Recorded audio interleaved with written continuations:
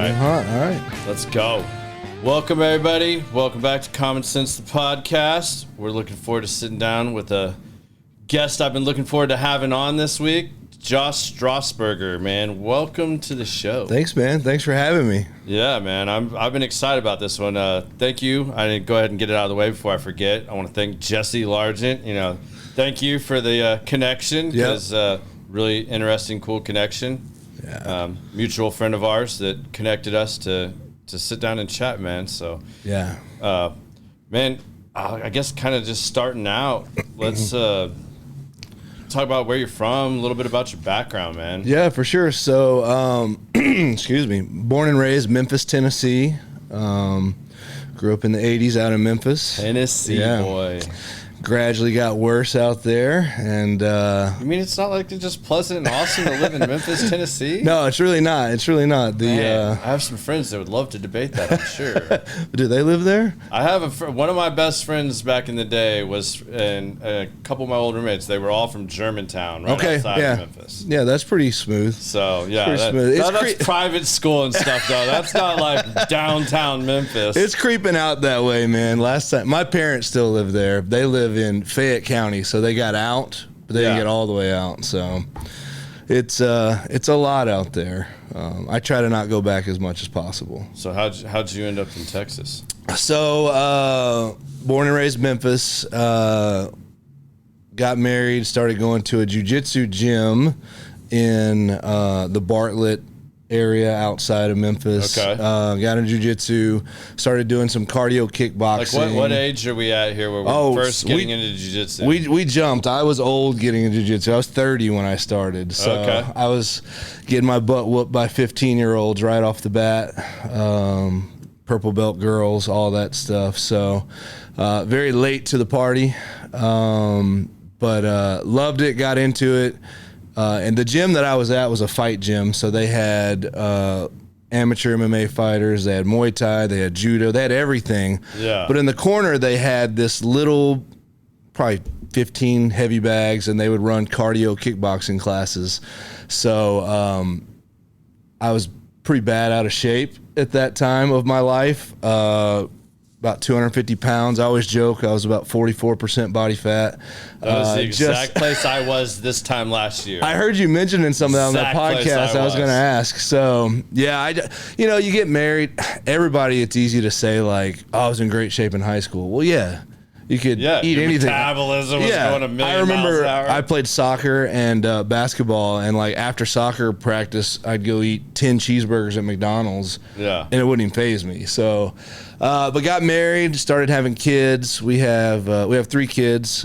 Had worked a job that eventually got me into a management position. So everything got sedentary. So I like to eat. And I was doing nothing. So my wife started going to this gym and started doing fitness kickboxing. So she was like, you should come try it. And of course, I'm like, nah, that's for chicks, man. Like, I don't need that. Like, I'm in shape. I can still hang. And one day she just tricked me. I don't know. She talked me into it. I went and tried it. And honestly, like the marketing was even kind of cheesy because it was like a chick with high heels kicking a bag. And it's like, what are we getting into? But I get in there and Please it's like. Tell me this is where you met JP. It is. Oh, man. This is greatness. But we get in there and it's legit. Like it's next to a furniture warehouse. The storefront's nice. But you get in, it's like, it's not dirty, but it's like a used gym. Like it's not here to look pretty. I mean, if it caught the eye of a badass Navy SEAL, I mean, it's no wonder you picked They trained in the back though. They trained in the back. The cardio boxing and the jiu-jitsu, the sexy stuff was out front. No, but so that was I had never done any kind of like combat sports or anything. It was always team sports. Been in plenty of bar fights and stuff before I even knew how to fight. So you get that false. You grew up in Memphis. Say no more. Also, just being an idiot a lot of my younger life, just biting off more than you can chew, but that's a different story. But so we tried this class. She had been going for months, so she was smoking me. She was like breathing normal, and 10 minutes in, I was about to pass out. So that was my like come to Jesus moment. Like, hey, you might need to do something about your weight. So started doing that, really enjoyed it. It was fun. It wasn't like Tybo, like in your mind. It wasn't anything like the picture with the chick in the high heels. Like it was dudes, it was chicks, beating up a heavy bag. So I don't know. I really enjoyed it. It's what got me into jiu-jitsu, but I still would go do that for some cardio stuff. And after a year or so, the owners of that, who I was friends with, I trained jiu-jitsu with, they were deciding if they wanted to franchise it or just open up partnerships or what. So they started opening up more in Memphis. So it just kind of got my wheels turning. Like, I'd only ever worked for people, but the idea of working myself was always there, but then also finding something that helped people. Yeah. So by the time I got ready, that ultimately is what led me to Texas, because there was no spot to open one in Memphis at that point. So I knew I'd have to relocate, and Dallas was one of the spots I went and checked out, and I really liked it here. Like yeah. You guys just randomly I wanted to go west. I have a cousin in Albuquerque, all of that out there, but also like for what you kind of need a good market for it. So in 2018, there wasn't really much of a better market than DFW. So yeah, man. I mean, that's like we were joking, we were talking about, because I mean, I went to high school in the Colony, and that's where you opened up one of your first gyms. Yeah. So it's like, how did you pick this? Like, nobody picks the Colony. Like, I never depending on how long you've been there. I mean, like, when I went to high school in the Colony, there was nothing out here. Right. Literally nothing. The people I met since I've been here, they're like 121 wasn't there, or it was, but it wasn't the tollway. It was just a 2-lane road. Yeah. And then I watched the Tiger King thing and find out he was like one of the sheriffs here back then. This is crazy. Like, what have I walked into? But no, Tiger King. That's awesome.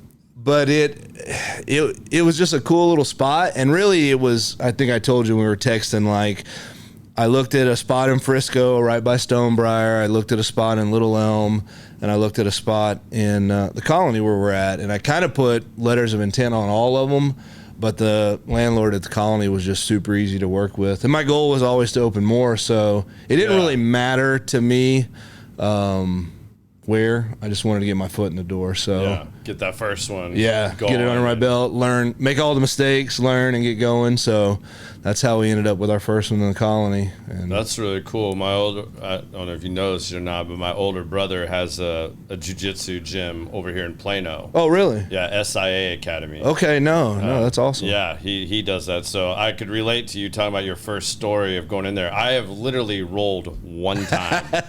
And this is when this was right before I got really out of shape. This was pre-COVID.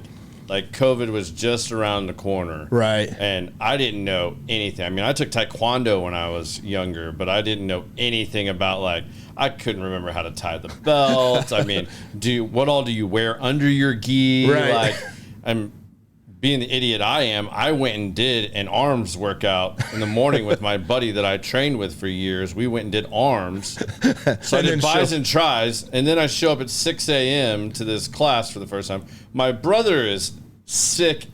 He really was sick, but he still showed up to film and watch me. He was well enough get to my ass kicked by black belts. This is an older brother, you said? Yeah, older brother.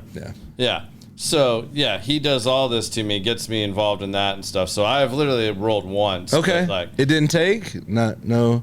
Man, no. Like, I thought I was going to die and pass out before the warm-up was over, man. These Brazilians, granted, his gym culture has changed quite a bit. Yeah. At the time, it was more like what you were describing, where they had a little bit of everything. They had a lot of guys that really wanted to get in the UFC. Right. So they were training and trying to coach guys up and stuff. So it was pretty hardcore in there. And those guys were, I mean, it was damn near 100 degrees in there. Yeah, like, they're smoking it out. Like, they're ready to go. They're intense. Like, and I got thrown into a class just right out the gate. Yeah. And it's the morning class. So it's like real serious people here. You're not getting up early for that unless you mean it. Yeah. And, like, these guys all have experience. Like, I was, like, the only, like, new person in there. So, luckily, this guy named Baron, I got partnered with him. It was a black belt. He ended up being great. He worked with me.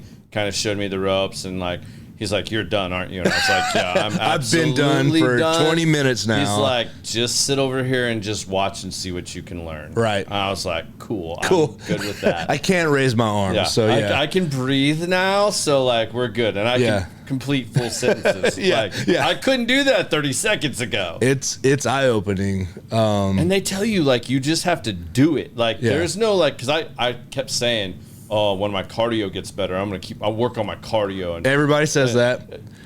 Everybody says that. Cardio for jiu-jitsu. I'm doing cardio kickboxing classes 4 or 5 times a week, so you know, I'm trying to get my cardio up. One of the instructors at the time was a purple belt. He was like a high-level Muay Thai guy. Yeah. He started on me like week 2, like, you need to come try jiu-jitsu. And I was like, yeah, I need to get my cardio up. Yeah. So I put it off for 6 months, getting my cardio up, and it was the same scenario. Yeah. It made zero difference. You still started at the exact same point. I'd had the same story as you, just my brother wasn't filming me. But that's why I'm like, he keeps on me like, come do it again. Like, you know you train here for free. Like, come pick a class and just start doing it. And like, that's my hesitation still. I'm like, I'm still starting there where it completely sucks. Like, I'm gonna do it, but like, that's such a mental thing to get over. Like, when you don't even feel like comfortable that you can like consistently tie your belt that comes undone 24/7. It's like, I need a class. Like I told him, I was like, I can tell you right now, first things first, you're gonna have to spend like an hour with me, like while we're hanging out drinking one night, and make me sit here and tie a belt like, I don't know, 100 times until I get it figured out and I can do it with like my eyes closed.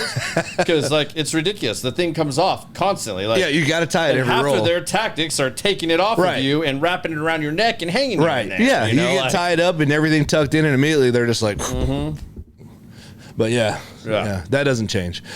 That's cool, man. So now you're up to 2 gyms? 2 gyms. We opened.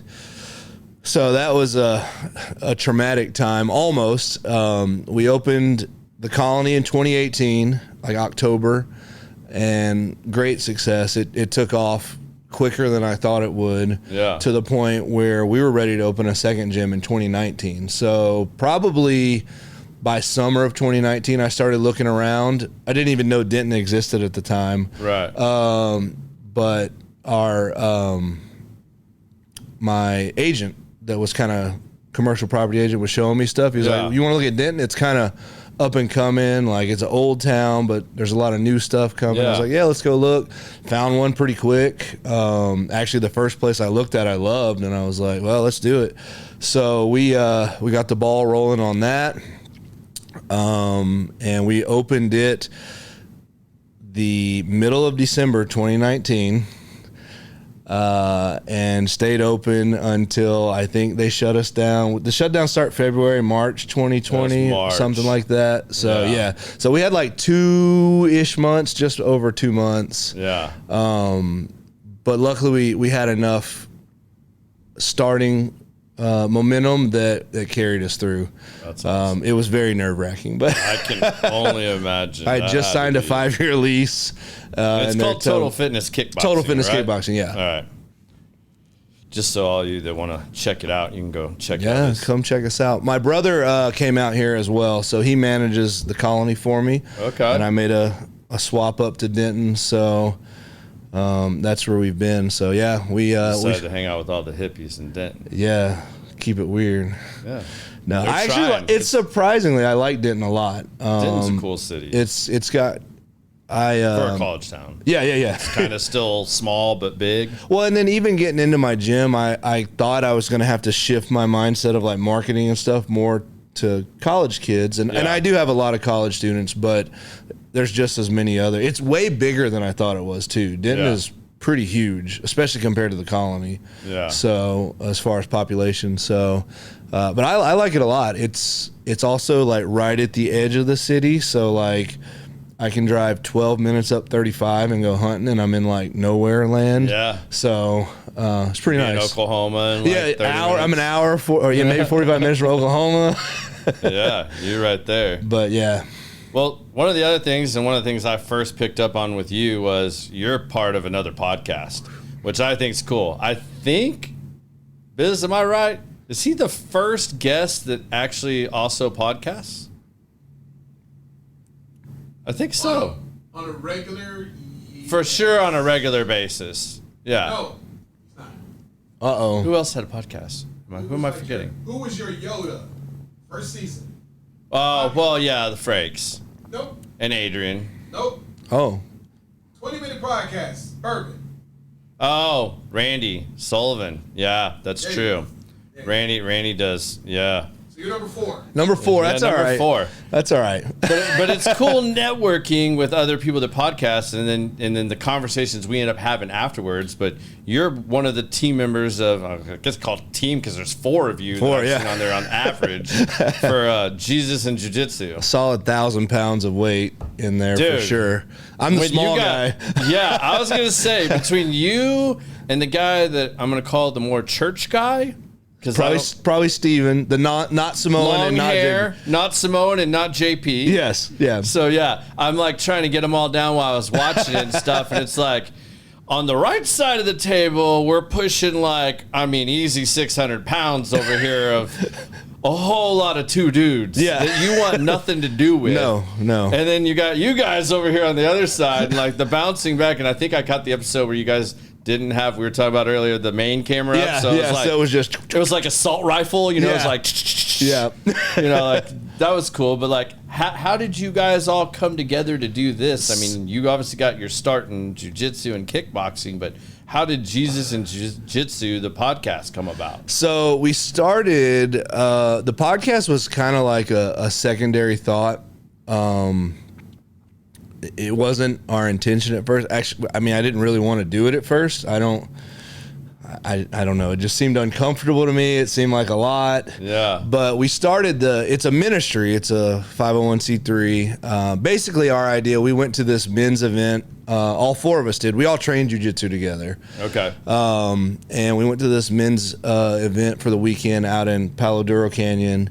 And, it was not like a normal men's like kumbaya type thing. It was like some serious stuff got worked on out there. It's a great thing. It's called Pursuit.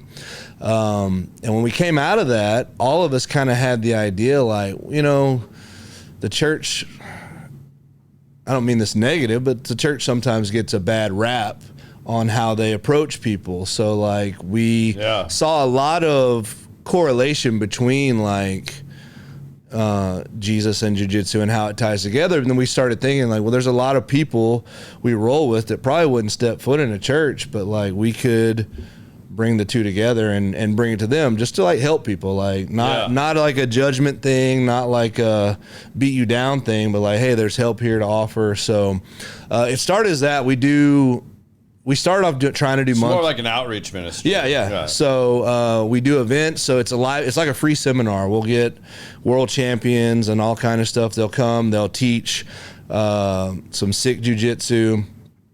And then we've always got Jocko Fuel for free handing out. So like, there's the plug. Yeah. I didn't get sponsored yet, but like we got the Jocko. These guys are all tied in here. But we hand those out, and then before we do live rolls, somebody will get up and just share like 15 minutes of testimony or a word. I know that's kind of like a church phrase, but just some type of scripture and share it and just kind of. I think that's what is really cool from what I've seen, and we're gonna have to backtrack here a little bit too. Yeah. But what I think is really cool about it is the perspectives between the 4 of you. So you got you. That you do your kickboxing, your gym thing here, and then you got Steven. Yeah, Steven. And he was in some kind of like Christian music group or something. Okay, like so music. I know Steven may not have been on the one you saw. So our producer, Lucas, he's got long hair and the beard. And he's an actual pastor, yes. Okay, but so but he was in Lucas. like the music world before, yeah. Yeah, so he was in the music world, and then you have your Samoan. Yeah. That is like just a monster. Right. That you're like college football, freak of nature, D1 I don't know that I want to athlete. roll with that dude in the gym. Yeah, like, he's only nice all the time because he has to be, or he'd kill everybody. Yeah. I mean, this dude is massive. You guys see him, and then you have JP Dental, which probably more people are going to recognize that name than not because he's a famous Navy SEAL with Echelon Front and Jocko and all those guys. So, but JP's no small dude. JP's not like. he doesn't look like the triathlete, runner, swimmer guy that made SEALs. No. That was a wrestler. No. That was in the lower body weight classes. Like, JP looks like he was a middle linebacker. Yeah, he's a tank. He's huge. Like, He's a beast. shorter than me, but he's 230 for sure. Yeah, and jacked. And jacked, yeah. Jacked all the time. Yeah. I've been rolling with that guy for 10 years, and I don't think I've ever beat him. But I think it's super cool. So, like, those are all those different backgrounds. And to hear a Navy SEALs perspective on the Bible and whatever passage you guys are going on. And, you know, someone that has to look at that from a completely different angle because, you know, they've dealt with war and death and all this stuff, like, versus you guys that have different roles, but you're also multiple different views there. Yeah. I think that adds a really cool perspective for somebody that, you know, I can get really easily turned off about talking about religion. Yeah. And there's certain people I won't have that conversation with because, like, in Texas, Southern Baptist especially, like, it can get real left field real fast. Yeah. So, like, I mean, kudos to you guys. You found a really cool mix that I think does, like, it allows an opportunity for people to not be beat over the head with it, but yet find out, like, hey, maybe there's a piece here that I can at least relate to, and it starts that conversation. Right. And I think for me personally, I know I went through, so I grew up going to church, like, with my mom, but I went through a time where I, like, had nothing to do with it too. Like, I just didn't care, turned off about it. And I think as I've gotten older, and then now this has even helped me grow even more doing this stuff, but, like, really being real about it. I think a lot of stuff just gets real ceremonial on some things, and some things are just, it's because we said so type of stuff. And I think when you really read the Bible, there's a lot of care in there. Now, I'm also balancing that as I've grown in my faith of, you know, there are some things you're firm about, but one thing I've learned just in general, that's just applied to religion and stuff, is I can't put my expectations on someone else, whether it's in business or jiu-jitsu or life or friendship or anything, because how many times has that burned me? I know, like, well, I believe this way, so you should believe that way. And then you don't start acting like you believe that way, and then I'm offended. Yeah. I put that on you. You didn't put that on you. So you really have to temper it. And then, I don't know, you really read what the Bible says. There's a lot of care and compassion in there too. It's kind of the point. Right. So that's, and then, like you said, getting 4 different guys' opinions on it. We're not scholars. We just read it and we're like, well, this is what it means to me. I think it really makes it approachable. Yeah, because you can tell it's not like, and I mean, I didn't even know that guy was actually a preacher. Like, I was just like, okay, like, he's definitely the one that, he's, like, got a lot of knowledge, very well versed. Yeah. Like, he's the one that is, like, pointing out facts and, like, really going, and then, like, but then the jovialness of, like, you guys joking back and forth and messing with each other. Yeah. That, you know, like, you guys just got off the mat or whatever, and now you're doing a podcast at, like, 2 a.m. and you guys are talking about religion. Like, it all just flows together well, man. Like, so thank you to you guys. Yeah, it's been fun. I think being real about it is what helps. We're not trying to portray like we're anything special or anything like that. It's just, here's some info, there's some stuff that helps us. We're going to talk about it. We're going to balance it with our personal lives and our experiences, and then wrap it up and hand it to you. So it's cool, man. Like, I've dug listening to it, checking it out while I was kind of doing my show prep, you know, like trying to figure out, like, who's this guy Jesse keeps telling me I need to have on the show? Like, I don't know this dude. What's he gonna say? And then, like, you know, you and I are talking, it's like you've got so many different things you're involved in. I mean, I know, so you had the Pursuit for Truth, that was the ministry that you, like, got involved with, and you guys went on that trip, and then you formed this group that does the podcast, but, like, you're also kind of tied in and started working with, like, Echelon Front, the Jocko stuff we got here, which happens to be one of my favorite books. Jocko is, like, Jocko and Leaf are 2 guys that, like, I've have on my, you know, that list of, like, the people you don't think you'll ever get on your podcast. Right. Like, they're like, the unicorns. Rogan, Tim Ferriss, Aubrey Marcus, you know.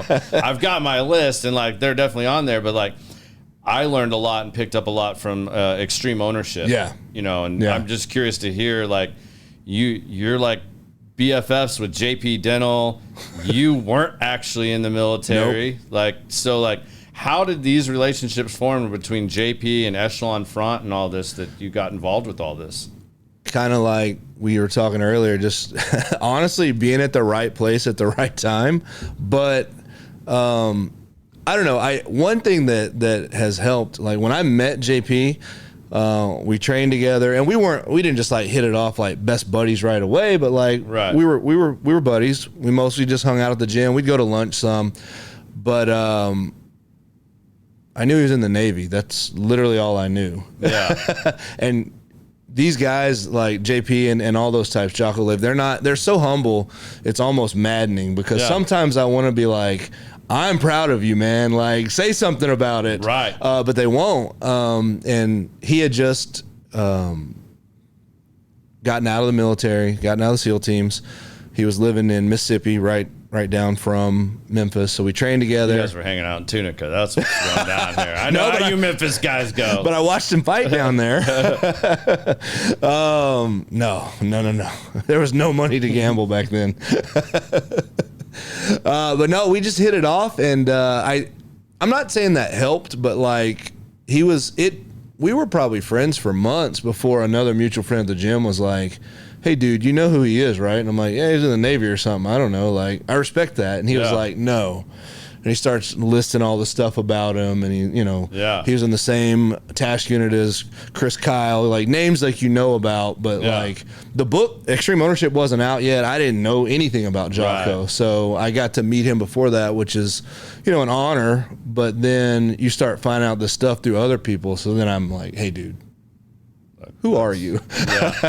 And then shortly after that, it was a real big thing for like all of jiu-jitsu, but Jocko went on Rogan. I think he went on Tim Ferriss first. Yeah. And then he did his episode on Rogan, and I listened to it, and I was like, dude, this guy's awesome, man. It's like intense. And we saw like an influx of people coming to the gym for jiu-jitsu after that. And that's when JP was like, yeah, I worked for him. Yeah. And they wrote the book, and I read the book, and JP's all in the book. So then I start putting it all together. And it's funny though, like I have a lot of friends, and I've made a lot of friends that Special Forces. That's the first thing you like notice. Like, man, they ain't gonna tell you that. No, like that's part of their group. That like whatnot. Like, and it's funny. That's almost like the initial way you can tell somebody's full of shit. If they start just talking about it and like all this other stuff. Like we used to have, like, oh man, I'm not gonna call anybody out. I almost did, but like. You have these different people in the military that like probably just peeled potatoes and stuff, and they're going to tell you about all this crazy stuff of Special Forces, and it's like, man, I went to high school. I have some really good friends that like have gone on to do really crazy things, right? And like the JP Dentals of the world, like, and it's like they don't talk about that, man. Like, and you don't ask them about it. If they want to talk about it, they'll talk about it with you. Well, and I think it's not like they're ashamed of it or anything, like by any means, but like. That's not just like, hey, I'm JP, Navy SEAL. Nice to meet you. I know Chris Kyle. Like, if they lead with that, it's like, all right. Yeah. You're hiding something or you're fake. Yeah. I think, though, a lot of those guys, too, like, it came naturally to me because we were just friends, but I think a lot of those guys, people do start acting a certain way around them. This is just my perspective, and they may hear this and be like, no, you're totally wrong. But I feel like certain people will act certain ways when they get around them, and I think it's noticeable. And it's not like a trick. I think I have such respect for people that do stuff like that I'm protective of them. So like, I never want to be the guy like, hey, tell me your stories. Yeah, I'd love to hear your stories. Well, it's just like famous people that have no problem like going up and asking them for an autograph or a picture while they're having dinner with their family. Yeah, like. They're still a human being. Like, treat them with some respect. Well, like, and even if you have like a service member that like, he's a Navy SEAL, like, give him that respect. Yeah. Like, the dude doesn't need to have that. Like, it'll happen with him. Like, it does for sure. I can't tell you how many times I've been sitting at Chewy's or at the jiu-jitsu tournament, but he's real cool about it too because he's so humble. So I get the balance of that. But you're absolutely right, because people can start acting weird, and then I get like super protective because these are my friends now, and I'm like, no man, we're not having this. So but I just getting to know him a lot more when you can have that kind of relationship too. Right. Like, obviously there's lots of great lessons to be learned from these guys. Yeah. I mean, they've had the most elite training in the world. They've been in the most critical, hardened positions any human being could be put into. Things I have never come close to. You just, I mean, to be able to apply any one of those lessons in your life, I think that's why I'm fascinated with it, just because I have family has a big history in the military, and then aside from that, like just the lessons you can learn. Right. Having a simple conversation with someone like that, that's way better. I don't want your autograph. Right. Let's, dude, tell me how did you deal with this? Same thing goes with, guests that have been, former athletes and stuff. Yeah. I want to talk about the lessons you learned from the great coaches. Like, you were obviously coached from the time you could walk at said sport till all the way through being a Hall of Famer or whatever. People helped you get there to develop that. Yeah. What skills what's this process? What's this? Yeah. Well, I think that transitions perfectly, because once JP went to work for Echelon Front and the books came out, they started doing like leadership training and all that. You can, that's accessible to everybody. If you read Extreme Ownership, you can see how they did their deployments and how it was run. And Extreme Ownership has stories, and then they apply a practical principle to it. So it's just another layer when you actually know them. Yeah. But I think that's great what you're saying is too, because all that's available now. You can go to a muster and you can learn 2 days straight from all these SEALs and Marines and stuff, and they're giving you the playbook on. Yeah. Now, granted, you're not doing the things they were doing, but it applies to business, life, everything. You can still apply that and use it in your life. 100%. First time I read Extreme Ownership, I noticed how applicable it was to life first, before I even owned a business. And then I was in management for a medical manufacturing company. I started implementing it into my teams, and then I implemented it once I started owning my own business. And you just start seeing the correlations to life, to business, and to warfare on how just rare these people are, and then they just want to give it back to you just like tactical that. So advantages of leadership. Right. So, so your original question on how I got to meet all of them, a lot of them have been just getting to do things with JP. Me and Jesse, our mutual friend, we met together working at a Echelon Front event here in Dallas.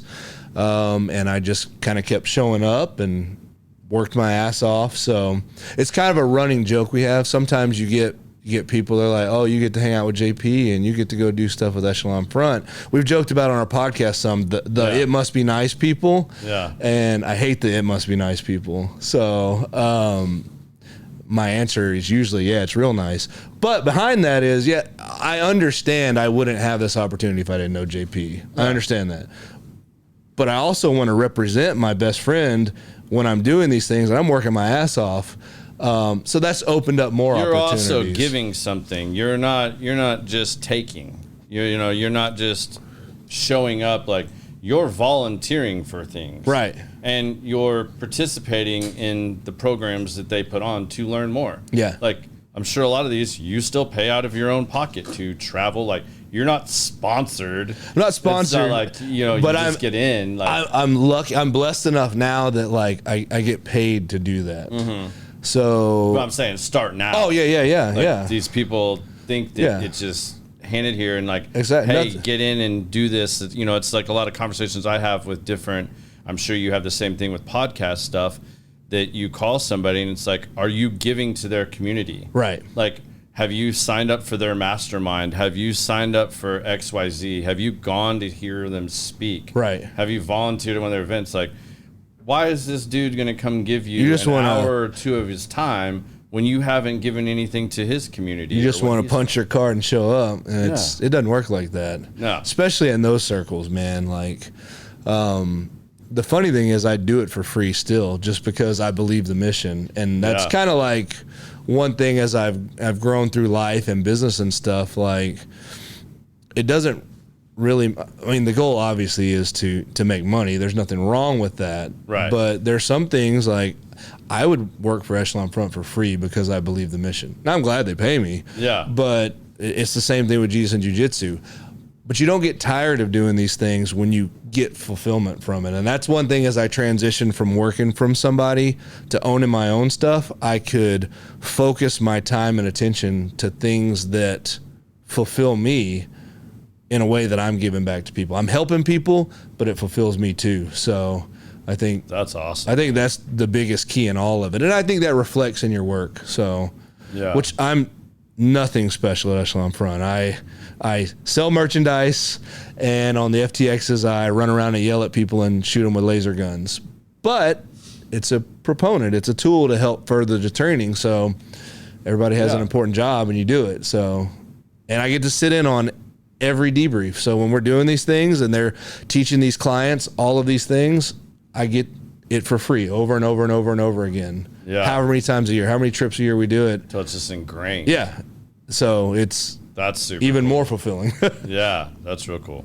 All right, well, real quick, because I'll forget to do this, and we're not live. This is what's real different for me is like normally this is live, but since we're doing this different setup and everything for the next few weeks, it's not live. So I'm used to have my computer here and people commenting and all this stuff. So like that's a little weird for me, but see, that would be weird for me. So this worked out perfect. Yeah, you have these guys all harassing you right now, like, hey, ask Josh about this. I'd love to. Yeah, some of those get to be awesome, but what we normally do a segment. What are we drinking? What are we smoking? Okay. Well, today we're drinking water and Jocko Go.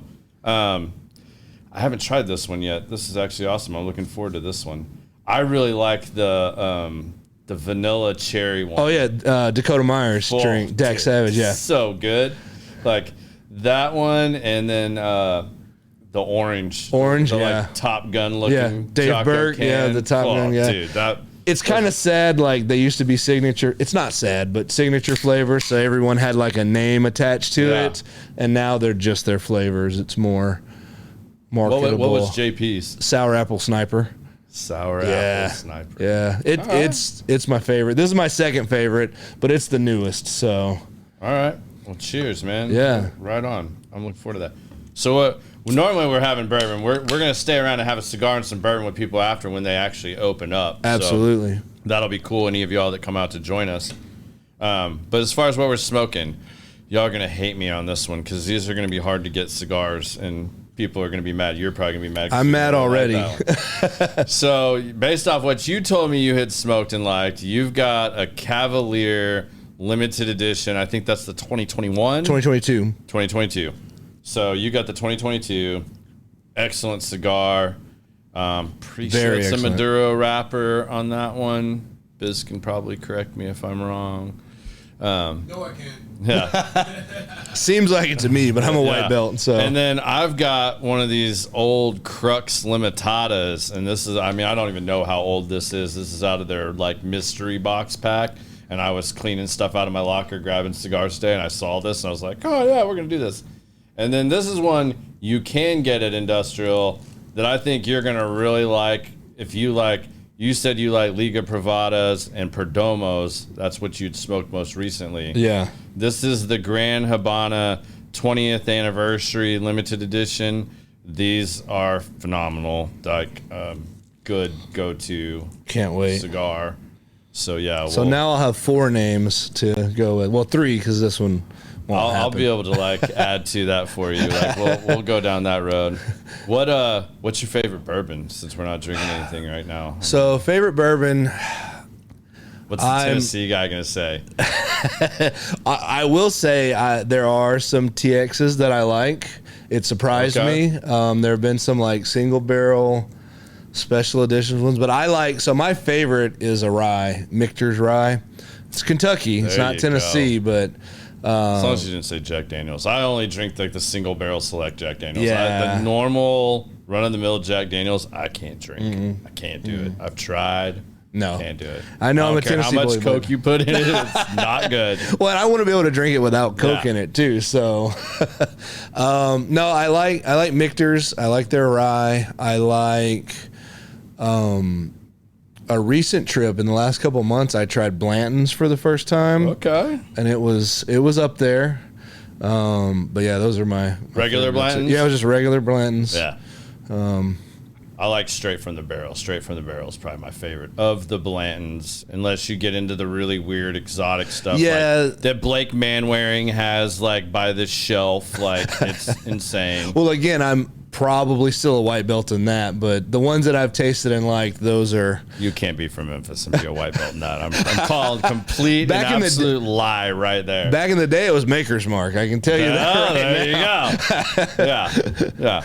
Old charter. We're joking about this white belt joke because when I asked him about cigars, your typical person that does not smoke a lot of cigars is not going to say, I smoked a Liga Privada and a Perdomo, and that really rocked my world, and I thought those were awesome. Like, that is a bold, strong couple of cigars for somebody that doesn't, like, just regularly smoke cigars. Like, and any person that was asking me out the gate, that would not be my recommendation. Like, I would not be like, you should go get a Liga Privada. You're going to love it. I would tell you, my friends set me up just to get beat up, I think. I want to meet the friends that like did that to you. Like, Matt Russell, it was you. I want to know on this one because, like, you know, usually people, you got to start them off, like, you know, just like anything. Like, you can't give most people, you can't just hand them a rye. Yeah. Like, most people associate spice with rye. Right. Not all ryes are spicy. I'm sorry to break the news to the world, but, like, they're not. Some of the best old fashions you will ever have should and usually are made with rye. Yeah.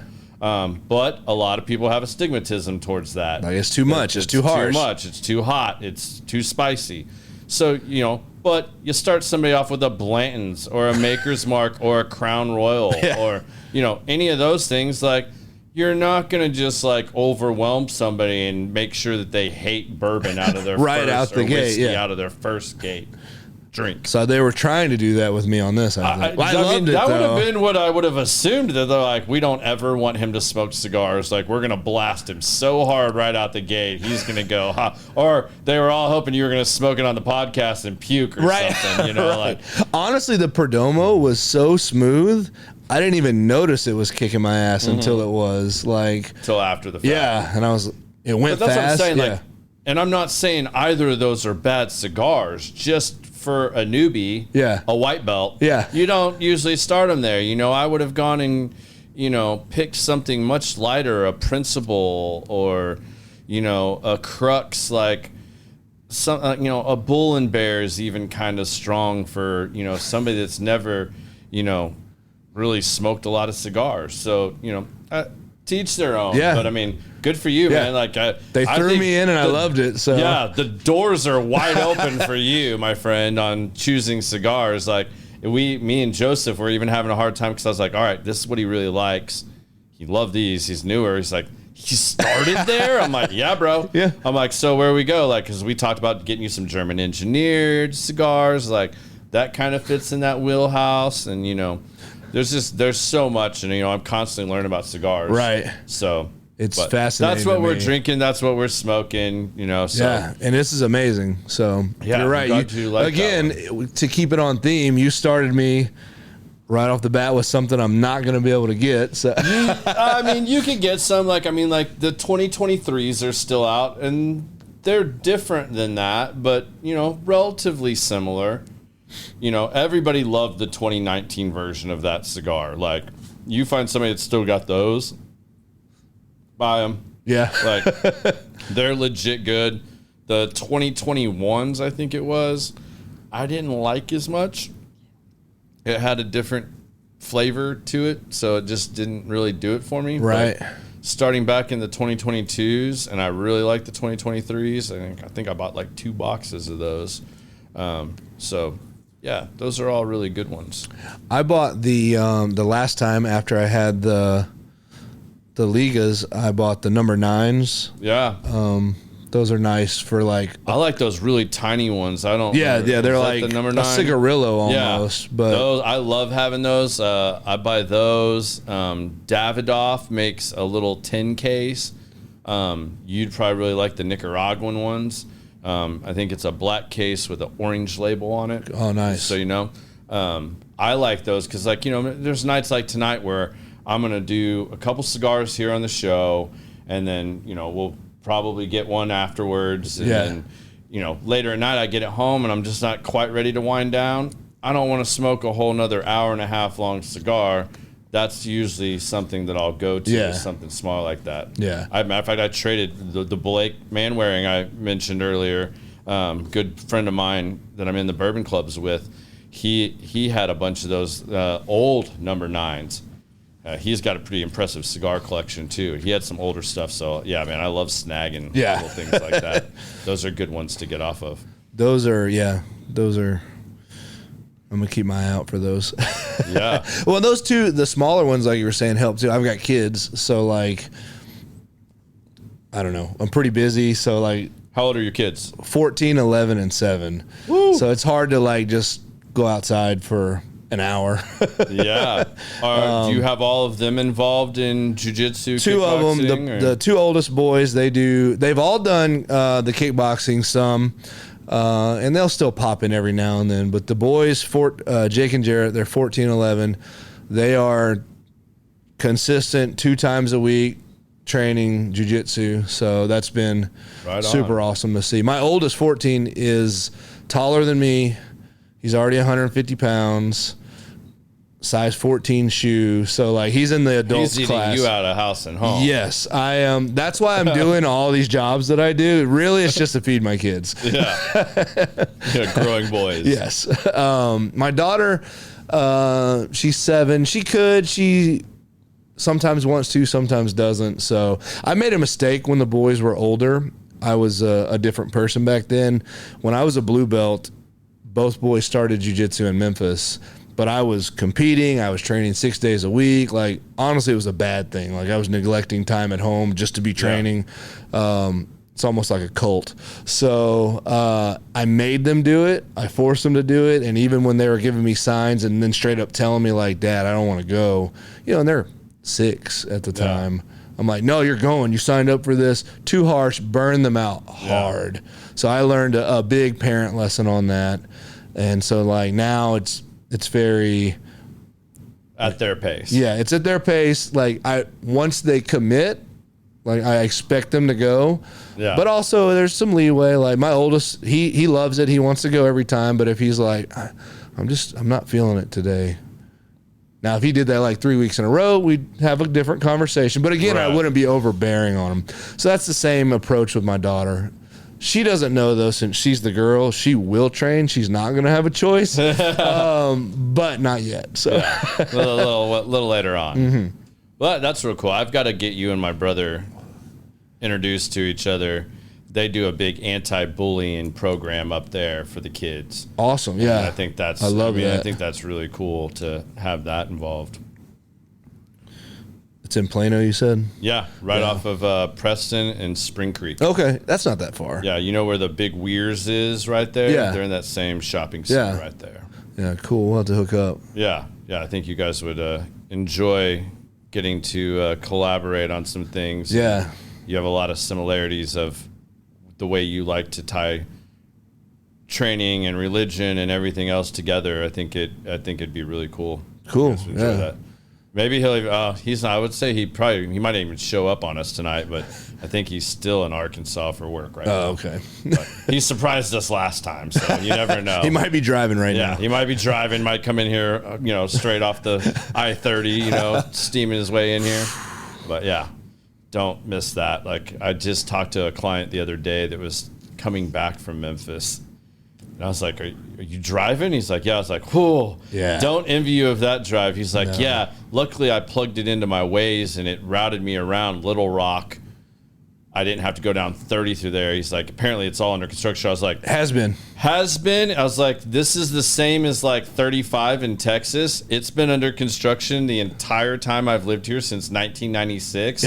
I don't see that ever ending. Yeah. I don't think it ever will, because by the time they get done with this needs to be done. Or that needs to be done. Yeah. I was like, 30, that drive to Memphis. I was like, I've done that so many times to go to Memphis in May. And, or then we direct and go to Voodoo Music Festival down in New Orleans or something. I was like, those 2 drives, like I don't wish those on anybody. No. And I always go up that way too when I go visit my family in Ohio. Cut that drive, we go up to Memphis and then cut up that way. No, unless the weather's real bad. But like man, you couldn't pay me to do that on a regular basis. Well, when we first opened the gym, we sold our house. I moved the family up here in July, but I was still working, and my boss was cool. Like, I gave him months notice. He knew my plan. Yeah. So he's like, you can work here as long as you need. And the gym wasn't open. It was in the construction phase. So I'd have to be here to do stuff. So literally I'd work Monday through Friday, get off work Friday, drive straight to Dallas, be here with the family Saturday, Sunday, and then I'd drive straight to work. I worked second shift, straight to work Monday for like 7 weeks straight. That's so that was not just like you probably ideal. couldn't pay me enough money to go party on Bill Street No, again. no. Like, I don't have a desire to ever do that again in There's my a- life. there's a Especially high until 90s they upgrade their sewage system on Bill Street. Like, they're still like in the Roman Empire, I think. Like, It's just with their flowing. sewage system. It's just flowing. It just flows downhill. It literally does. It's a high 90% chance you're going to get stabbed too. So Yeah. it just is. Yeah, out on that. Well, what do you think what do you think one or two of the biggest lessons that jiu-jitsu and kickboxing have taught you in your life, or like that have been like the most impactful?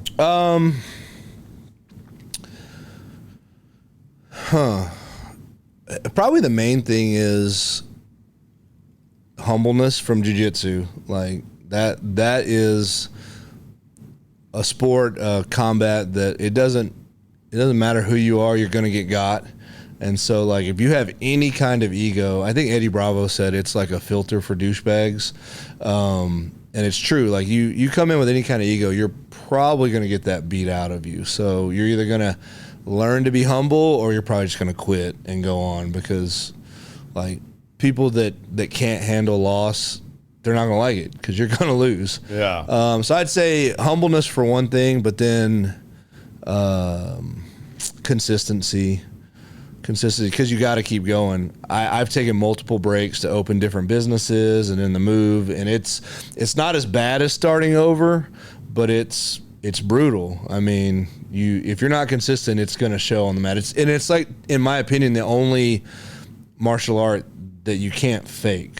Like, if you haven't trained in 5 years and you show up on the mat, you're going to remember stuff, but your timing's off, your cardio's off, and every bit of that will be exposed.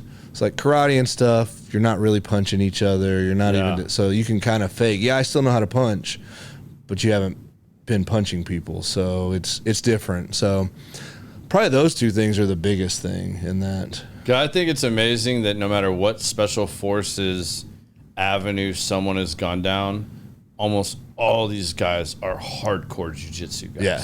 Like, I don't know if that's the bridge that keeps their sanity when they get out of the teams, because it still gives them that competitiveness. Yeah. And they're still training at something. Yeah. Or what? But, like, I mean, I've had several people that are just die hard, and it's like those go hand in hand for them. Yeah. Well, I think too, it's the only one you can train to 100% and not seriously maim your training partner. Yeah. Because, like, Muay Thai, you can spar and do rounds, but you get your bell rung a couple times, they're going to pull you out. So you're not getting. You can literally go 100% with every move in jiu-jitsu, and they'll just tap. So maybe you're not breaking their arm, but they better tap or you're breaking their arm. So I think there's a level of that, like, you can 100% execute every move over and over and over and over again. So it really gets the aggression out for sure. Yeah. And keeps the competitive part alive. What do you think is, like, one or two of the biggest things that you've taken from working with and around JP and Echelon Front? Humility too. These guys, and not just the general, like we were talking about, most SEALs and Special Forces guys, but just, it's one of their biggest points in Echelon Front. Like, ego will destroy all your relationships, and, like, seeing these guys and getting to work with the team too, like everybody on the team, that is one of the best run places I've ever experienced, because there's no ego. There's no, oh, why are you working hard? Are you trying to get above me? No, the mission is getting the team advanced. Yeah. And it's so rare, really, because most people don't want to see other people win. In my experience. Yeah, I mean, in corporate business world, everybody's trying to get a leg up and to grow and to advance and to climb that corporate ladder, the rung. Keeping it a team and working to help each other is a difficult balance to create. Yeah. And I recognize that, as I've gone up in leadership positions and stuff like that, it's to maintain that and to find that balance is challenging. It's challenging, and I feel like it's rare. Yeah. I'm not in the corporate world anymore, but we do, so for the FTXs, we do open to the public events, and then we do a lot of corporate gigs. So corporations will bring us out to train their team on all the leadership stuff. And it's apparent that they don't know how to work together because of some of these issues. And just seeing it. The other thing too is, again, I don't have anything to compare it to. I've never done any kind of leadership training that's not this, but they're so approachable. Like, we're going to do the muster in San Diego, which is their 2-day seminar, but they don't have a green room. Like, all the breaks, they're just approachable. There's no ego. Like, when we're not teaching you stuff and it's break time, come talk to us. And you can just straight up, you may have to wait in line, but they're just there. And I believe they legitimately care. It's not, you can feel it in everything they do, that they care. They're not trying to make themselves look better. The more people they help, it does help them, but they're in it to help people. And that's kind of like what I said, like, it fulfills me. Yeah. That's the type of stuff I want to put my energy into. So it really aligned real quick with me on that. That's really cool. I just watched Jocko's masterclass recently, and that was impressive to watch. Like, I'm going to have to sign up and go to one of these events. Dude, sooner or later. They'll be we'll be in touch. They'll be back in Dallas this year too. Yeah, I saw they have a Dallas and an Austin one, I think, this year. Oh, maybe it was San Antonio. I can't remember. I saw a couple. Yeah, Muster for sure will be here, and we're going to Nashville, so I'll be back in Tennessee. There you go. That's the one I want to go to. That's the nicer part of Tennessee. Yeah.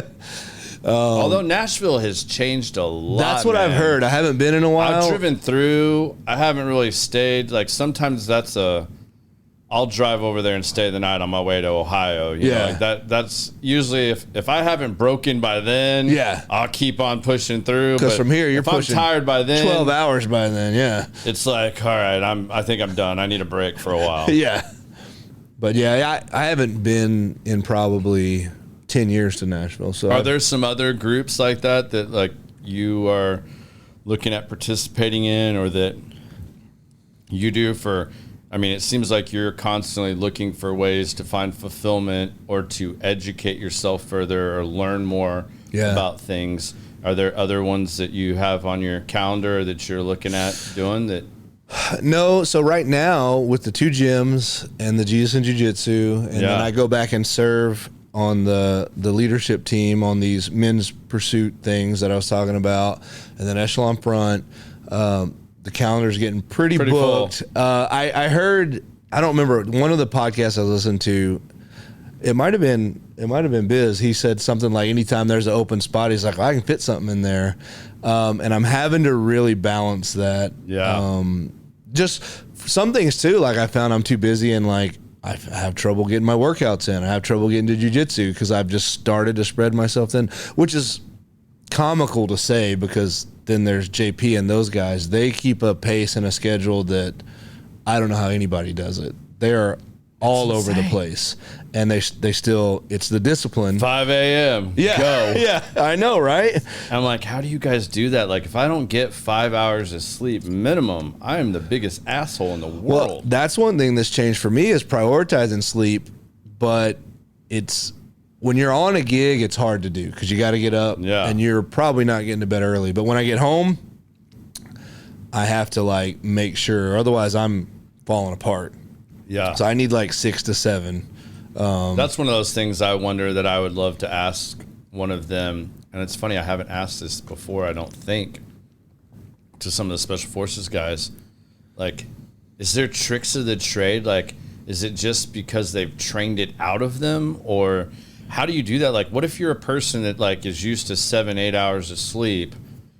Like, what happens when critical mission go and you've only been asleep for 4 hours? I'm like how do you guys like? Do you drink Jocko Go? Yeah. I mean, those like, didn't exist then, but you're drinking 4 pots of coffee. Like, what are you guys doing to have the amount of focus, the amount of strength, energy? Right. I mean, I know a lot of that starts with training. Yeah, I'm sure they're getting the exercise. It's consistent. They stay in that routine. But like, what happens when you get on said mission and shit just doesn't go right, because like it never does. Yeah, because it never does, and you're on option 3 now, and you guys haven't slept. You're sleeping in 15-minute intervals, watching each other's six, whatever. Like, what are there other mental tactics or things you guys utilize? Because like, you get into that high pressure world. I mean, I know that's where a lot of their teachings are really relevant and helpful, but like, how do you do with that? Like, let's just tackle sleep maybe. Like, right. I don't know the ins and outs of that. I know, obviously, one of their big sayings is discipline equals freedom. Mm-hmm. And everybody there is big on the discipline train, and it's learned. You don't just come with it. Like, you don't. Yeah. So that's got to be it. But what happens on the night, like, they're used to, like, I'm sure you take somebody like, we'll say Jocko, he's got to be asleep and in bed by, I don't know, let's call it 10 o'clock every night. Because he's up at 5 a.m. I'm sure he is, yeah. He's up at 5 a.m. doing his muster, like getting after it every day. Got the watch. I mean, the watch is tagged. I mean, right. Here's the receipt. You can check Jocko's receipts on Instagram and Facebook every day. It never changes. Yeah.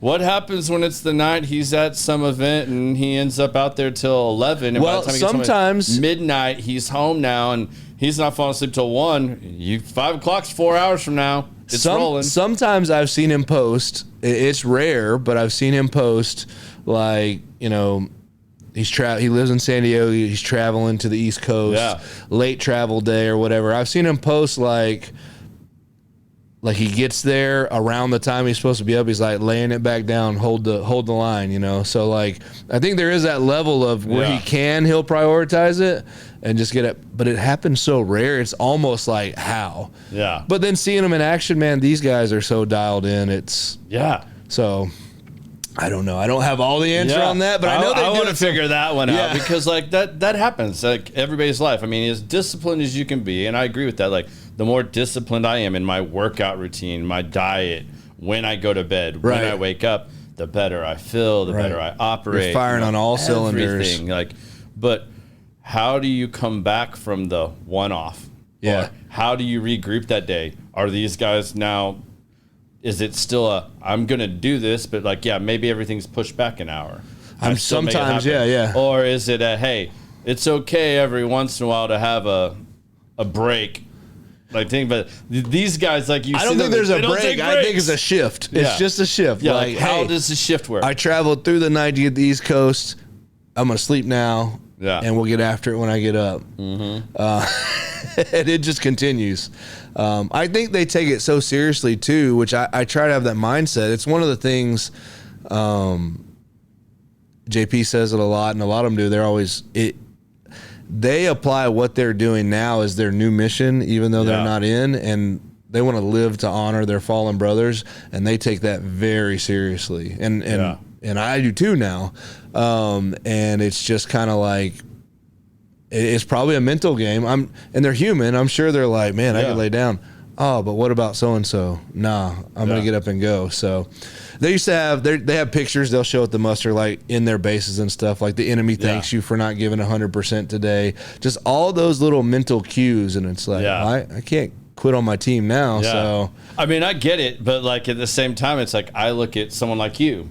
I don't have children. You have 3. Yeah. Like, how, bro, do you do all this and maintain a household and a family? And you're running in these directions. Your wife's having to hold down the fort. You're running this business and part of that business. And like, so first off, having a partner that isn't aligned with the mission. So that helps. Yeah. But even then, sometimes it's like, one thing I have good. So it's the the peripheral stuff. There are things. It's not like I'm going to go do something bad that she's like, I don't want you to do that. Yeah. It could be something great, but if I've been on the road doing all these other things that she's aligned about, she's like, do you have to go do that? Yeah. So that's the thing I've had to learn. Like, okay, picking your battles. So yeah, and some of the things that I want to do, like I last year I did, or the last 2 years I got into doing a lot of like gun training courses and stuff like that, just trying to be better than just shooting paper targets. And but I mean, that'll kill a weekend. So there's just times where it's like, all right, I need to cut these trips down. So some things get put on hold. It's not that I don't do them anymore, but you just really have to be disciplined in your schedule. And if, like Biz said, like if just because there's a spot and I'm like, well, I could go do this carbine course this weekend, there's only one spot. That's got to be the family spot. And honestly, getting into the Jiu-Jitsu thing has helped me even more. Like these are things I knew and believed, but like as I've gotten myself further into the Bible and stuff, and on being a good dad, it's like it's things it's common sense things too. But like when you really get to it, it's like they need to see their dad working hard and doing good things, but they also do need their dad there. So doing it with intent, being present, right, and being intentional with your time while you're there. So like I'll leave next Friday to go to San Diego, and then I won't be home until the following Friday. So the couple of days, I try to be intent with my time all the time, but especially before and after a trip, I try to really like, hey, all right, let's just have some family time, So do you and your wife have a lot of the same hobbies? Like, is there certain parts of this that you guys really do together? I mean, it sounded like when you guys started this out, the kickboxing and stuff really that was like a thing you guys found to do together and kind of tied you together. Is it more that? She'll pop in some. Now the kids have gotten older, it's easier when they're older, but also in a way that keeps her busy too. So, and she homeschools now too. Okay. So she's doing all that. Now she got into lifting with me. So we have a garage gym. So we'll lift together. We'll do stuff like that. Sometimes they'll pop up to the kickboxing gym.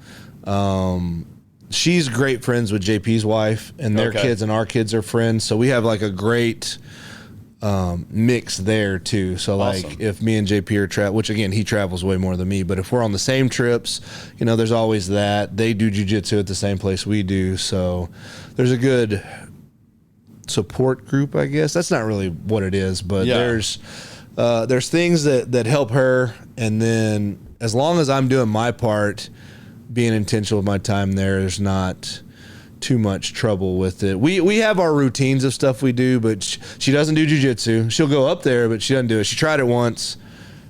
She doesn't want the sweat on her from other people. So I was like, I get it. Yeah. So we'll lift together. We are huge Office fans. The American Office, not the British Office. Okay. And so we've probably watched through it 15 times, start to finish. And that's like our thing. If I get home from the kickboxing gym, I usually get home around 9 o'clock. I'll eat dinner. We'll watch a couple episodes of The Office, sit on the couch, talk. Like, that's our time. And then prioritizing some time without the kids for us to do stuff. Those are the things I've had to learn to pour into to be able to make the trips easier too. But she's never been to a muster. I don't think she's read Extreme Ownership or any of that. So All right, right on.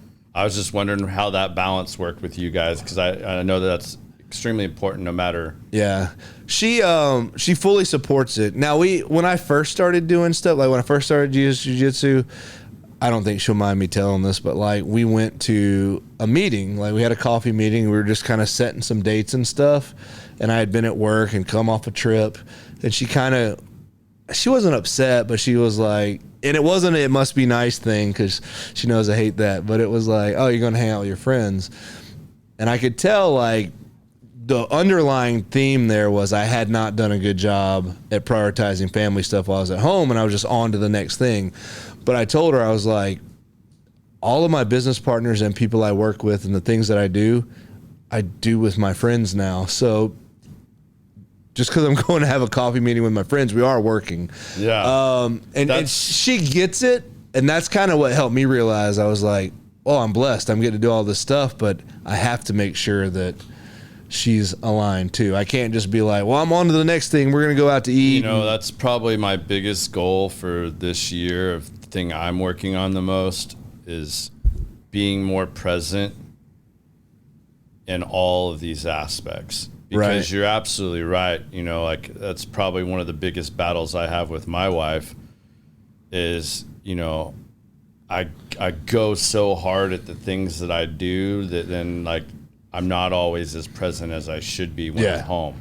I'm still on my phone. I'm that doing thing, this and that, the doom scroll, and you might be doing productive things. Yeah, or I might be trying to research for the show, but to her, I'm just half listening to her, and I'm scrolling on Facebook, looking through your profile, trying to find things that I want to ask you about, you know, while we're on the show. Right. You know, well, you know what? I need to set aside a different time to do that because to her, that's the first time I've been home. Right. And I'm there, and she is looking for me to be present and be a part of whatever we're It's doing. a hard balance. That's a very hard balance, and it's something that I openly, admittedly suck at. Yeah. Like, I'm not good at that. Like, I need to be more intentional with that. Right. And set better boundaries and do that better. Yeah. To where I have lots of other free time here and there. Okay, well, do that. Like, now that I'm home, like, I'm at home. Right. And it's not like I don't want to be here or I'm trying to find something else to do. Right.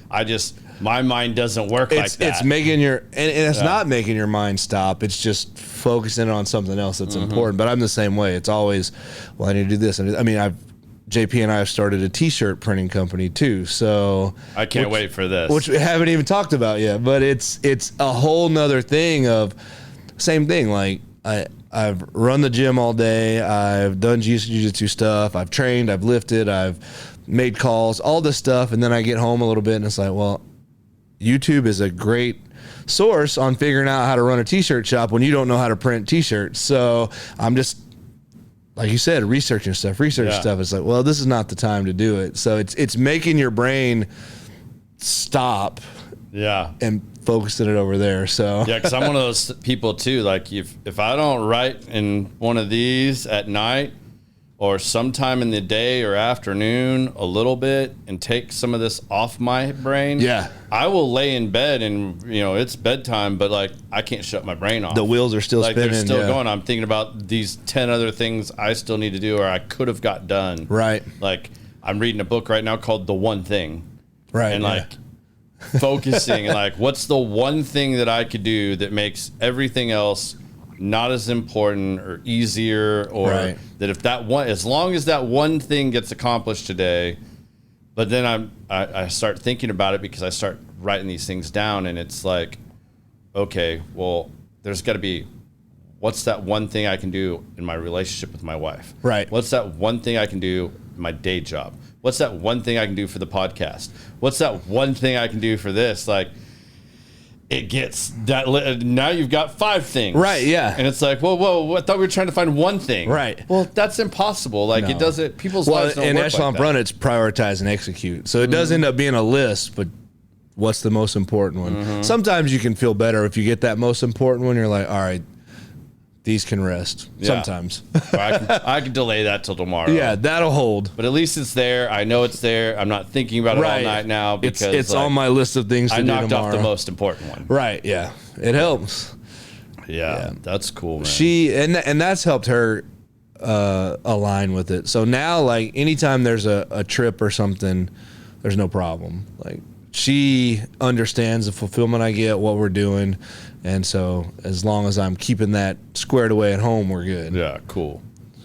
So tell us a little bit about the T-shirt company. Yeah, so that's what you had mentioned. If there was anything in the future like that I wanted to plug into, and that's what the T-shirt thing is. So we both kind of had an idea we wanted to do something like this separately, which there's no coincidences, I believe it. Yeah. There in anything. So, JP and I he used to have an apparel line called Never Settle, and he would sell it at fight shows, and it's patriotic, and it went away, but he's always wanted to bring it back, so we're going to bring that back. But ultimately I ended up getting all this equipment and just putting it in a storage unit for a while, and then we started comparing notes on what we wanted to do, and I was like, man, I don't want to just be like a screen print shop that, I mean, we need these, but I don't want to just be like, somebody walks in, they're like, print this unicorn shirt for me. Like, I'm not saying we won't do that, but we wanted, again, to do things that are fulfilling for us. So like, we want to like print shirts for all of our jiu-jitsu gyms, and a lot of our mutual friends in law enforcement and first responders and stuff like that. So we have a lot of connections in those communities. And then some veteran stuff. There's Mark Lee's mom, they call her Mama Lee. She comes to all the musters. She's got a veterans outreach program. It's called America's Mightiest Warrior. I know a bunch of veterans that have gone through it. They do all kind of like rehab stuff, hyperbaric chamber stuff. It's just super beneficial for veterans and their families. And she sells merch, and it's all charity stuff, and those are the things we want to print shirts for. So right, that's cool. We lined up. We got the shop set up, and then we got more stuff for the shop set up, and then we thought we were ready, and then we needed more stuff for the shop set up. So it's been a year process, but now we're to the point where burning screens and getting some training reps. So there'll be some shirts coming off soon, and we want to do fun stuff too, but like we want to pour it into things that are like in those veins. So yeah.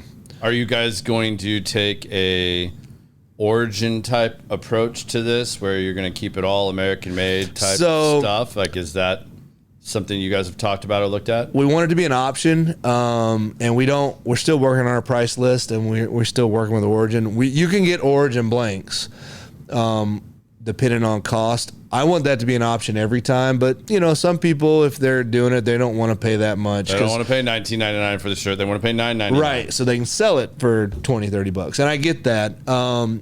Next Level used to have an American thing on the shirt, like 9-line. Have you heard of 9-line? Yeah. So you could buy on there, and sometimes there's an option for like $3 more, get the American made one.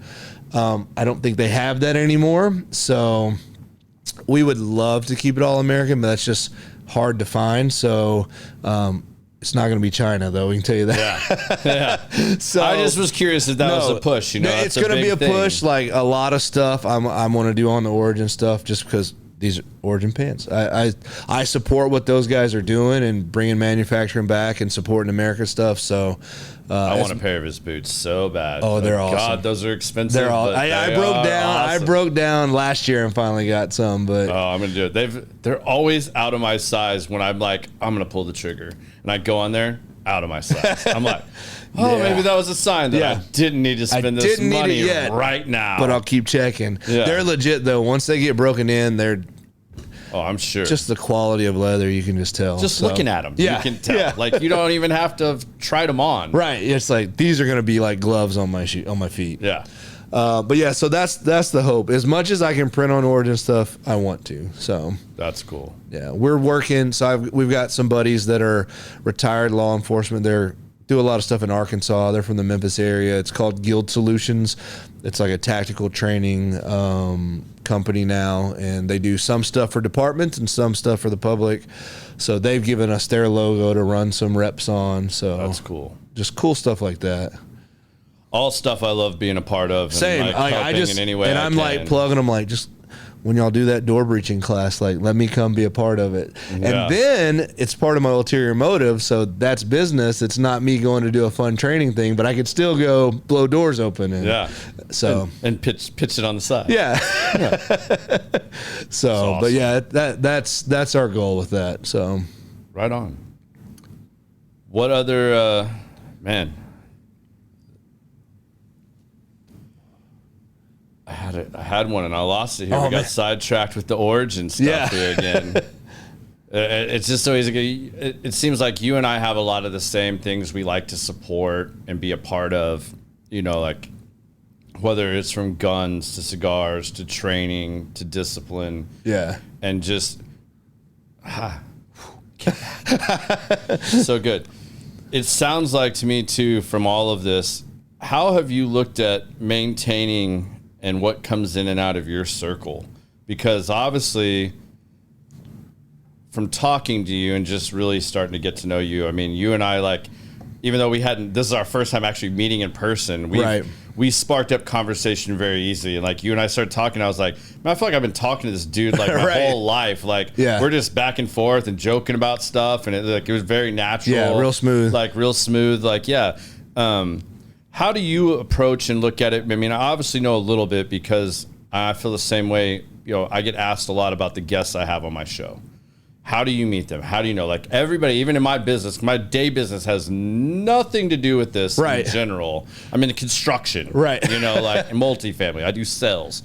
But I don't get asked about my job as much anymore, even when I'm at a trade show. It's, hey, how do you know so-and-so, whatnot? And, you know, I do get very protective of that at certain levels because I was like, at the end of the day, you can't put us all in these boxes. Like, to you, I had a celebrity on, or I had an athlete on, however you want to look at that or categorize that. I had a human being on that's one of my friends. Or somebody that I've met, and because of how I've talked to them, how I've treated them, I've built a relationship with them, and then they're comfortable coming on my show and sitting here and putting their stuff out here and sharing their experiences with everybody else so that maybe they learned something from that. Maybe they picked up something, or maybe they wanted to do that for a living and now they're like, oh, well, that's how he did it. This is what it takes, you know. But I approach things like that too with, you know, like athletes. Like I said earlier, I don't sit with them and start asking them. I mean, obviously we got to do a little bit of an introduction. You can't not talk about it, you know, but I want to learn like the lessons you learned through the great coaches or XYZ. I mean, I've used that example earlier, but to me, there's a narrowing and a growing of your circle. But how have you approached that? Because it seems to me like you got a certain type of person that comes into your circle, and that's either a fit or it's not. How do you deal with that, business versus personal? Where have you found a balance in all of that, I guess is what I'm asking. So the funny thing is I feel like I'm the most extroverted introvert ever, because like by the end of the day, if I've been talking with a lot of people, like I'm out of words. So like, then that's a challenge with the wife when you get home at 9 o'clock and you've done all this stuff and she's been with kids all day. Like she wants to talk. And I've ran out of words at 6 o'clock, you know? I think the balance. So like you said, I'm very protective of these people when they come in my circle.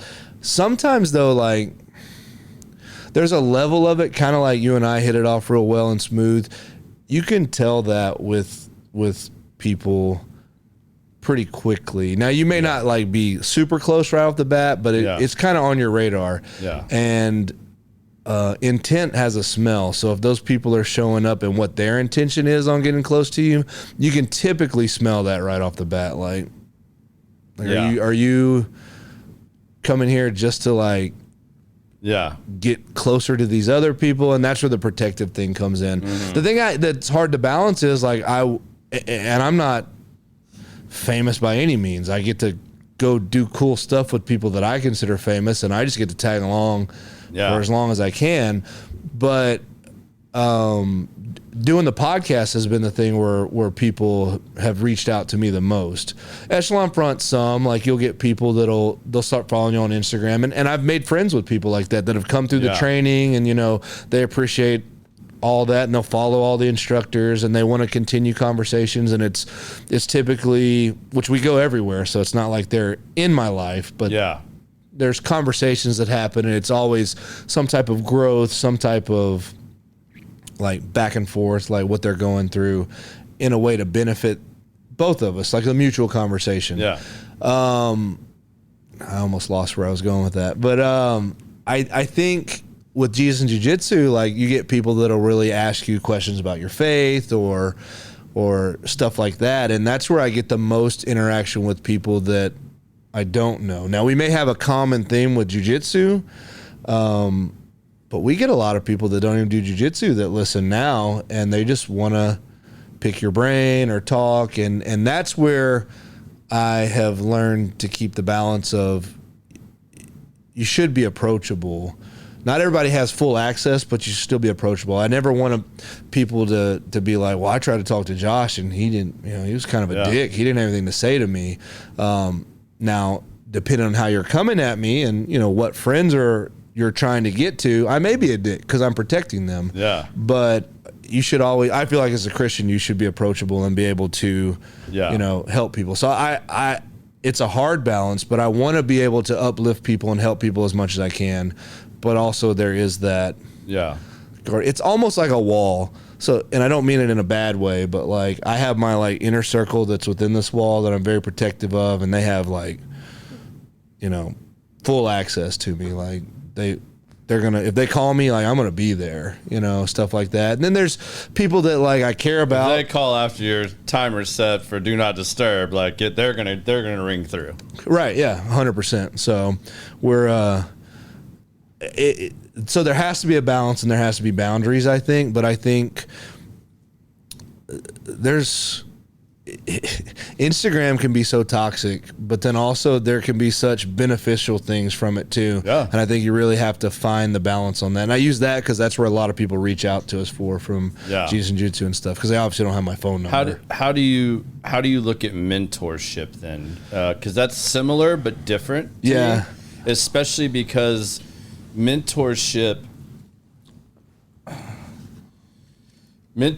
I think, probably takes different angles and levels with you because you guys also involve religion and you're part of a ministry. Right. So how do you look at that, whether it's you trying to find a mentor on a certain thing, or how do you approach that with people reaching out that are maybe wanting more guidance that's not just a simple question? Yeah.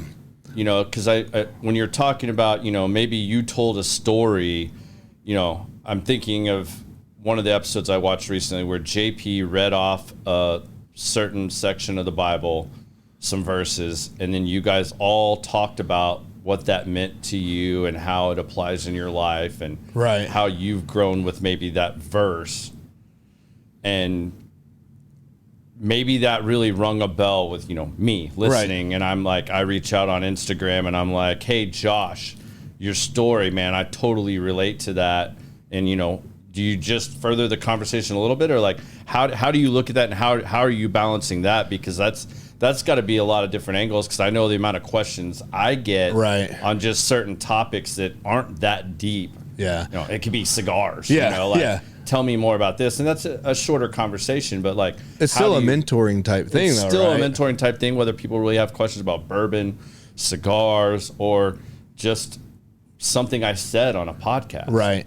So that's a great question. I don't mind furthering it. I think if anything that I've said or any of my personal story, or if any take I have on something can help somebody, I think that's my duty to further that conversation. Now, it's going to depend on what questions they're asking, and obviously, how they're coming at you too. Yeah, and how they're coming. But like, if they're legit, just like, hey man, this like you said, resonated with me, I'm happy to further that conversation. And I think that is a type of mentorship. But the thing I'm always clear about, like, is, and I'm the most regular dude. Like, I don't have all the answers, and like, if we get deep into something on something like that and I don't have the answers, I'm going to tell you, like, hey man, I don't know, but I'm going to go find out. I'm going to ask somebody, and then, I'll get back to you with it. I think a lot of times, especially with like spiritual things, it's not always spiritual things. Sometimes some of the stuff we read from the Bible on our podcast and then apply it to our personal lives, it's just a hard thing that everybody goes through. Yeah. And if I can help with that, I will, but I don't have all the answers, and we're not like some corporate thing. Like, it's just real people. And I think that's what's most beneficial, because I think you can get through all the bull and just actually get to help people like that. So awesome, man. That's kind of my approach.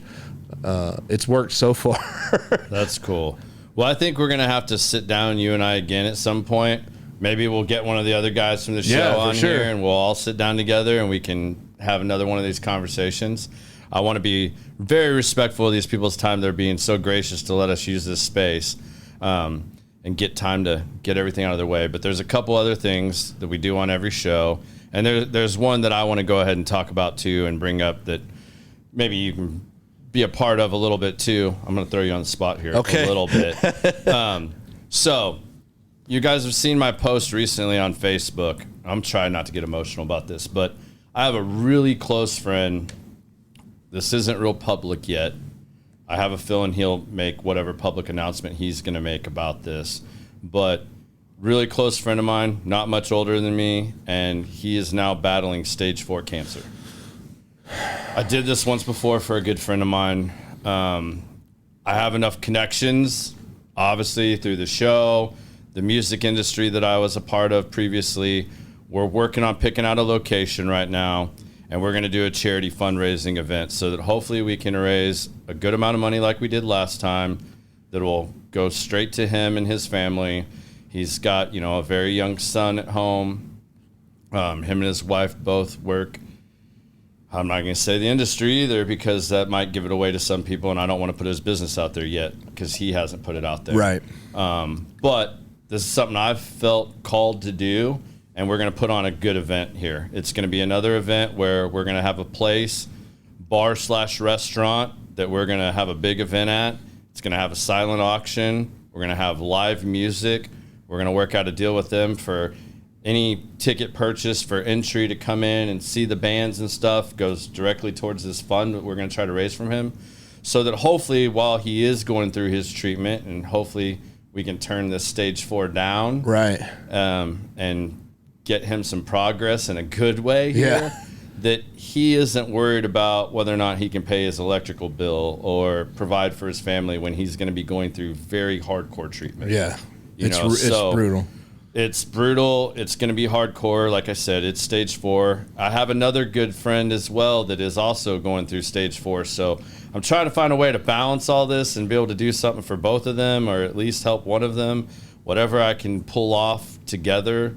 But that's coming. So I hope all of you guys will be very supportive of this. I'll make announcements as this kind of comes together. Right now, I'm really I think this one's going to be even bigger than the last one, based on the bands that I've already got reaching out to me. If you're one of my buddies and you're watching this or seeing this and your band does want to participate in this, please just DM me. I'm going to be reaching out to you guys as well. But we're going to put on this event, and hopefully it's going to be real killer. I mean, last time we had amazing silent auction stuff, from autographs and collectibles to gift baskets to gift cards to come train with me for a day, or you guys want to come be a guest on the podcast, you want to smoke a cigar with somebody, I'm going to reach out to a bunch of different people that you guys have seen on this show, see what they're willing to throw up, that maybe you guys can go have dinner with so and so, or whatever. We're gonna put that together. So I'm just a little self-promotion there of that event that's coming. You guys keep that on the radar because he starts his treatment real soon. So now that I know, and I'm finding out later in this mix, I feel a little more pressure this time to get it together even faster. And last time when I did this, I did not know how much work putting something like that together really was. And I know what I'm biting off this time. Right. Eyes open this time. Yeah, eyes wide open on this, but that's what we've got coming. Cool. But let's wrap it up here. We'll do another one soon. So there's 2 questions I ask everybody. Okay. We'll see if you've made it to the end of one of the shows yet. I have. I think so. You probably know it's coming. So I feel like it is, but for it. I wanted to see how the show went, so I feel underprepared. So we'll see. All right. So first question is, if you got to leave your kids with one piece of advice, what would that piece of advice be? Ooh, I don't know if that was on either of the ones I listened to. That one's different. Not everybody has kids, so I have to reword the question every now and then. If I could leave my kids one piece of advice, man,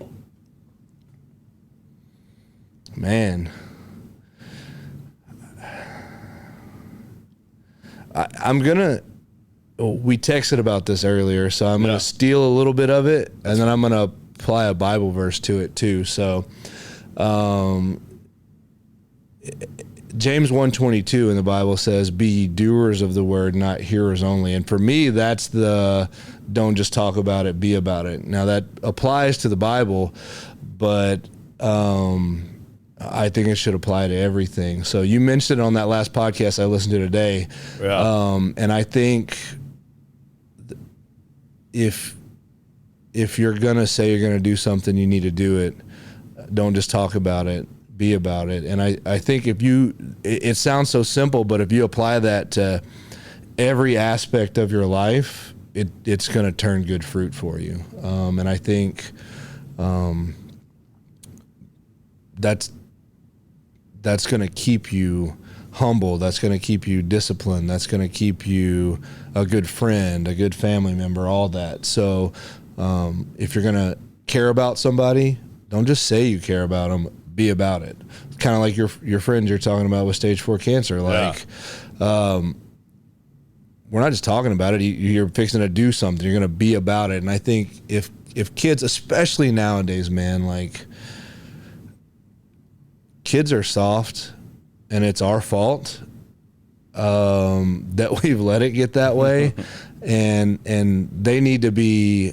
And I'm not saying be overly hard on your kids, but they need to learn, like, to be a good human, a good productive member of society, a good friend, a good brother, a good husband.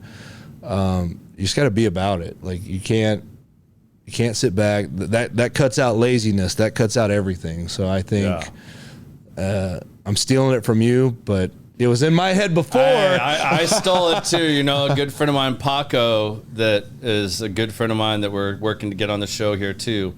Paco, that's one of the big things he always says. And there's a lot of people that love Paco. There's a lot of people that don't like him. I mean, but the one thing I don't think a lot of people can question is when he says he's going to do something, he does it, man. He's about it. Yeah. And, you know, he hangs out with a lot of these highly successful, highly motivated, you know, go-getters. And it resonates, man. Yeah. That, you know, he ain't going to just talk about that I'm going to do this or that I want to do this. He's either going to do it or he ain't going to do it. And if he talked about it, I can tell you right now, he's going to do it. He's going to do it. And, you know, and like you said, that applies across your life in so many ways, you know. Well, you don't want to be the friend that's like, yeah, I'll be there for you. And then you're not. You're not there. Like, we've all had friends that do that. Yeah. And eventually you just get to the point, like, they may still be your friend, but you're not counting. You're not calling them after the do not disturb hours. So, I think that would change the world if everybody actually lived like that and applied it to everything they do. So right on. All right, last one. All right.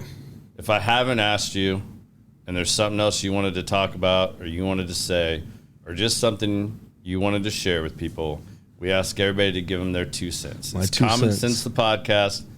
Give us your 2 cents, or that can just be a wrap-up statement that is something you're passionate about, you believe in, or that you want to, you know, kind of throw out there. Yeah, I think our conversation has been, I mean, it was good for me. I just enjoyed it, but I think there are some elements that everybody can benefit from. So I hope that people may learn something or at least gather some value out of it. But I think I'd be remiss if I didn't shout out Jesus a little bit, since I am on the Jesus and Jiu-Jitsu podcast. Yeah. So I don't know where people are in their life, whether they believe in Jesus or not. But my 2 cents, he's real. He loves you. And he's always there for you. So you can reach out, you can do research, whatever. But I think, I feel like anytime I have a platform with anything like that, it's something I believe. And also in a way that I'm not here to make waves. Like there's a respect about it. Like, it's not, come on, beat him over the head. I don't want to beat you over the head. I mean, we can do that on the mats if we want when we're rolling. But no, like, I think it's important for people to know that. I think a lot of times Christians, quote marks, get that twisted around like a list of things of right and wrong and things that you can do, you can't do. And, you know, a lot of Christians have that judgy mentality about them. And man, like, that's not what Jesus was. Now We're all imperfect human beings. He's the only perfect one. He chose to love us, died for us, and rose again for us. So man, like, and if you are a Christian and you're a dick like that, you need to read your Bible and straighten that out. We're tasked to spread the love of Jesus, not the judgment of Jesus. That's not our job. So awesome, man. That's my 2 cents. Dude. Thank Appreciate you. you, man. Thank you so much. It's been great to sit It's down been with an you. honor. We hope you guys are coming to join us. We're going to be here I'll be here till right about 7. I can't stay later than 7 because I have another commitment, but we hope you guys enjoyed this show. We'll see you again next week. Peace. Appreciate it.